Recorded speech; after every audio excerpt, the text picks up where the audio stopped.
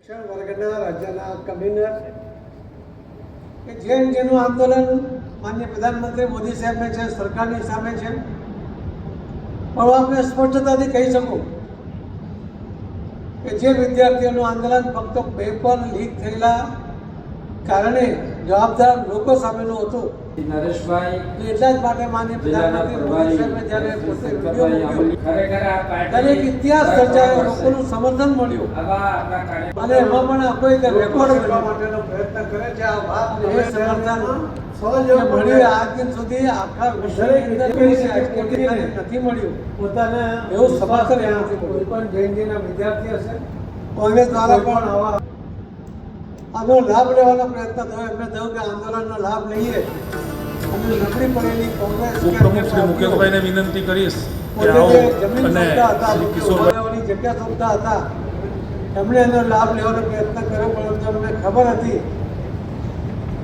કે જો અમે જંતર મંતર પર જઈશું તો ત્યાંના જે વિદ્યાર્થી આંદોલનકારીઓ છે એ એમને એમાં પ્રવેશવા નહીં દે અને એમના પૂરા હાલ થશે.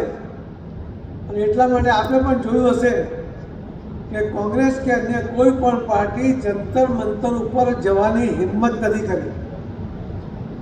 એ ગયા પીએમ હાઉસ પર, કોંગ્રેસ ગઈ પછી સપાને બોલાવે, પરંતુ અમારે એક પણ વ્યક્તિ એ જંતર મંતર ઉપર નથી ગઈ, કેમ કે આ વિદ્યાર્થીઓ સ્પષ્ટ હતા કે અમે નરેન્દ્ર મોદી સાહેબના વિરુદ્ધમાં નથી, અમે સરકારના વિરુદ્ધમાં નથી. અમારી માંગણી સ્પષ્ટપણે પેપર લીક કરનાર લોકો એના જવાબદારની સામે એક્શન લેવા માટે છે.